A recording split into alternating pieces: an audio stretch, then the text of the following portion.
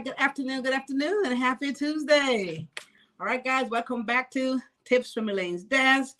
Elaine Proby here, CEO of PROBY'S Tax and Accounting, and Tips from Elaine's Desk. All right, hey, Joan, thanks for jumping in. Cognac, hi, Mom. Hey, daughter.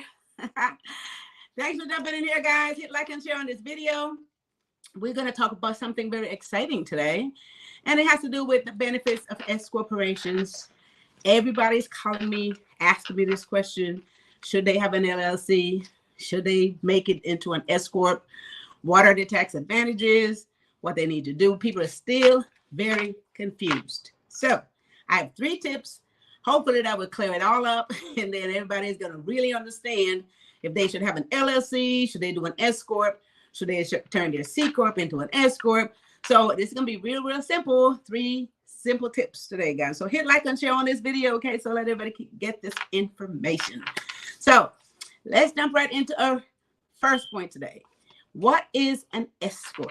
And why is it an S Corp, right? What is an S Corp? So normally what you will have to do is form a corporation, which is a regular C corporation. You go to whatever state you're doing this in and you form a corporation. That's where it starts. And then for years, a regular C corporation for IRS purposes was paying double taxation, meaning that the corporation will file a tax return, pay taxes on the profits. Then when the owners pull that money out, it comes to them as dividend, they pay taxes again. So it was called double taxation in a regular C corporation. Still happens today. However, a lot of small business was like, okay, we cannot pay double taxes on the income the business make. Corporation pay taxes. We take the money out and we pay taxes again. It's hurting our business success. So they were calling it, unfair, and they felt like something else should be done. So what happened? The IRS, they did an amendment to the code and they created what is called a subchapter S corporation. So they'll take those C corporations, and when you elect to be treated differently for tax purposes, they have you fill out a form and elect to be treated as a subchapter S corporation for tax purposes. So that's how that S corporation came about. And a lot of people are still confused because I have people calling me all the time, am I a C corporation or S corporation, or what kind of corporation am I?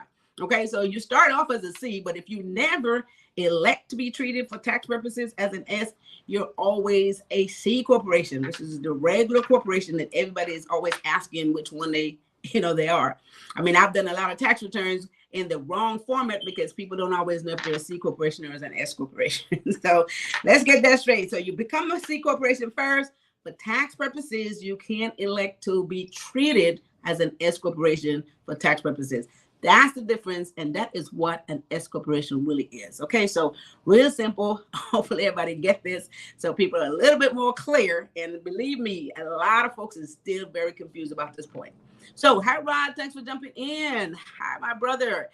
Guys, hit like and share on this video. We're speaking of the key benefits of an S corporation, and from a tax perspective is what we're making this approach from. Okay, so second point today, very important. How the IRS taxes an S Corp.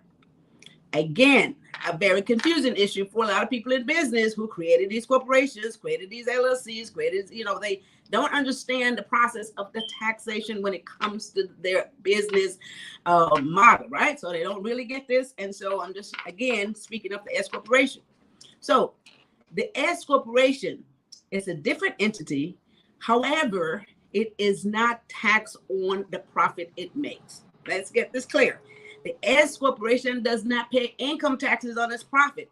If you made $100,000 in your S corporation, when you file the S corporation taxes, it's for information purposes. The IRS get that information, but it will not be paying any taxes on that profit. So what happened is the profit now passes through. That's what they call a pass-through entity. The profit passes through from the S corporation to all the shareholders. So based on what your percentage is in that business, that amount of money will come to you as a shareholder, and now you as the individual will then pay taxes on the profits. Okay, again, something very difficult for a lot of people to understand. And I get this so many times, so many people call and they don't understand this. The S corporation does not pay the federal any income taxes.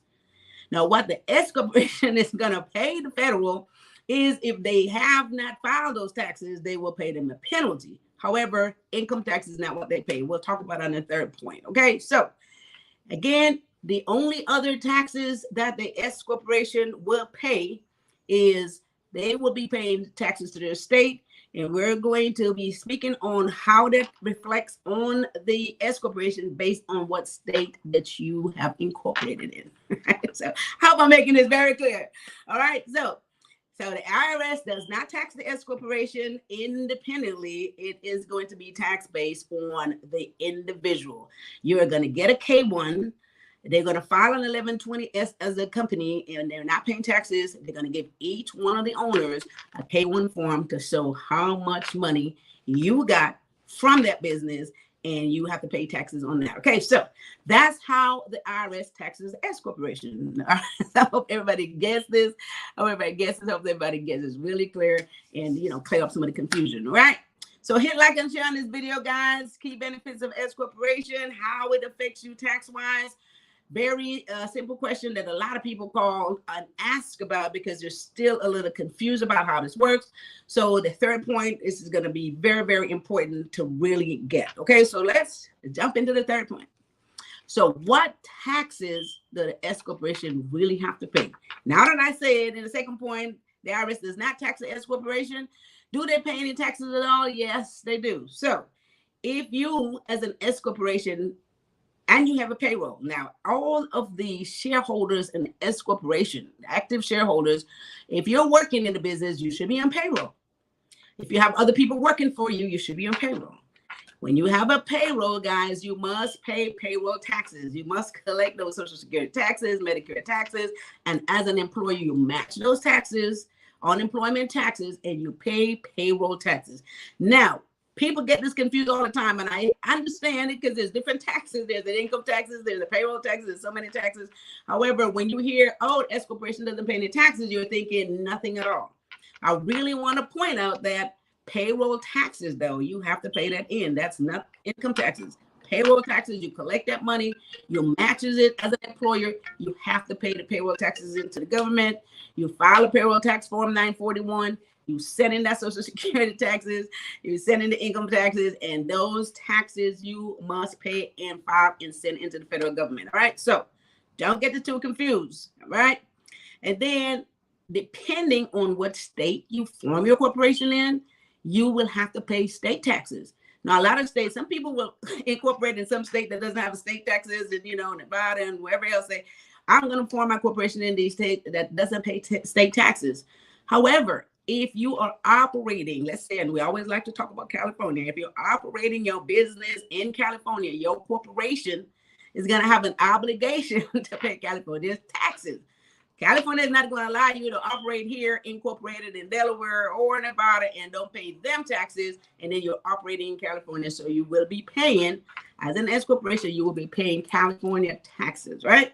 Now, one thing California does is they have a minimum tax of $800. Whether you make money or not, you got to give them $800. And if you make money, there's like a 1.5% that you pay in that profit. So keep in mind, right?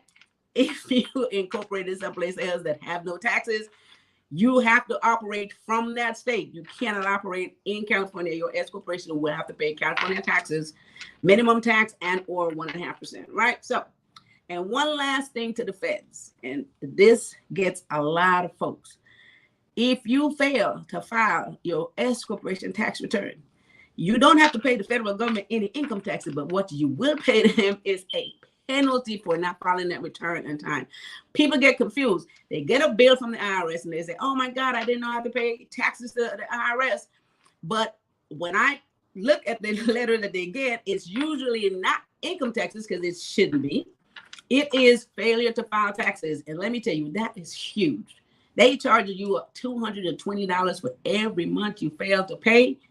And that is also for each partner that's in the business. So just imagine if you have 5 people in the business, $220 for each person in the business for every month that you fail to file those taxes. That's huge. So people get thousands of dollars worth of penalty, lots of money, and they're thinking, oh my God, I thought I didn't have to pay income taxes, and why do I have a tax bill?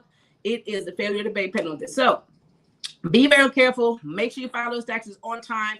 You don't have to pay income taxes, but that penalty shows up. Most people get it because a lot of times they miss the deadline. They don't file an extension and they get that penalty. And they're thinking it's income taxes. All right. So I'm trying to make this very clear. So those are the taxes that an S corporation will have to pay. I want to really get clarity. The reason I'm having this conversation, just had that conversation with some clients and they didn't get it, but hopefully after I had the conversation with them, I think they all got it. Okay. So let's recap the key benefits. Tax-wise, how it affects your S corporation. Okay, hit like and share on this video, guys. Hit like and share on this video. Everybody has these questions and everybody's confused. First point, what is an S Corp? An S corporation is a regular C corporation.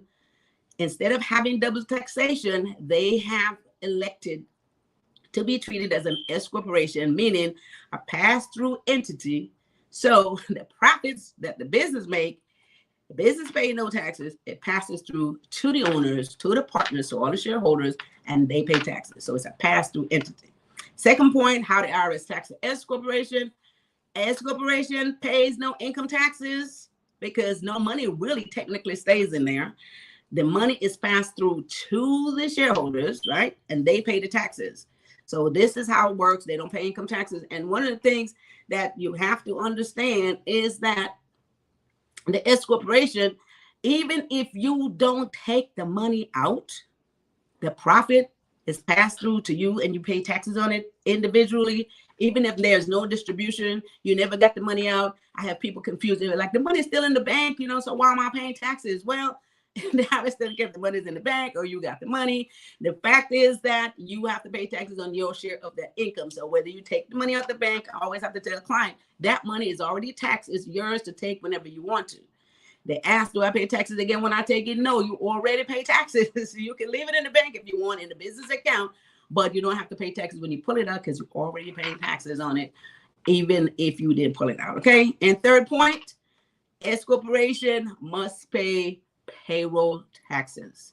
You have a payroll, you deduct payroll taxes. You have to match as an employer, Social Security, Medicare taxes, unemployment taxes, and you must pay those taxes. Now, keep in mind, that's payroll taxes, not income taxes. I'm trying to make it very clear. And if you are in a taxable state, operating from a taxable state such as California, minimum taxes it must pay. $800 minimum tax, 1.5 if you make a profit, and major, if you don't pay these taxes, this money to the state, they can suspend your corporation, make you inactive, which means that you shouldn't even be operating an inactive corporation. And then it throws everything into a tailspin. Okay. Super important. All right. Those are my 3 points today, guys. Like and share this video. If you guys have any further questions on this topic, I want you guys to go to PROBY'S.com. Again, I keep saying this, book a 15-minute free consultation. As a matter of fact, a lot of people taking advantage of this. Every single day my calendar is booked. So many people on there having questions about how they pay taxes, what they need to do with their entities. So go to PROBY'S.com, go to the calendar, book a free 15-minute consultation, call the office at 323-290-9034. And of course, if you need to get those taxes filed, we can take care of you at PROBY'S from the comfort of your own home or office. Everything is done virtually. Everything is done online. You don't even have to leave the comfort of your home or office. Okay, we can take care of you there. All right. So that's my spiel on those taxes. And it brings me to Elaine'sDesk.com. And I think we're running out of time on this one. We're going to be scheduling what we do have scheduled for March the 7th. We do have our workshops, business workshop scheduled for March the 7th. So go to Elaine'sDesk.com and register for that business workshop. It's going to be very important, super duper, lots of great information. You guys, all this information is free. Take advantage of it, okay? So, and then with that said, I think we're back here on Thursday. What are we talking about on Thursday? Thursday, we're going to talk about tax debt and financial resilience. Now, this is a topic that most people don't want to address. They wait for years and years and years. They have a tax problem. They have tax debt. It keeps growing, keep growing, keep growing. It's not going anywhere. The IRS is going to look for you for 10 years. The state is going to look for you for 20 years. So if you have a tax debt, we want to talk about how you deal with that tax debt and also financially take care of your other financial affairs. Okay, so we'll talk about that super important information on Thursday at 1 p.m. I think that does it for me today. All right, so with that said, I want you guys to have a wonderful rest of your Tuesday afternoon. And with that said, you guys take care of each other and take care of yourself. See you on Thursday at 1 p.m. Thanks. Bye-bye.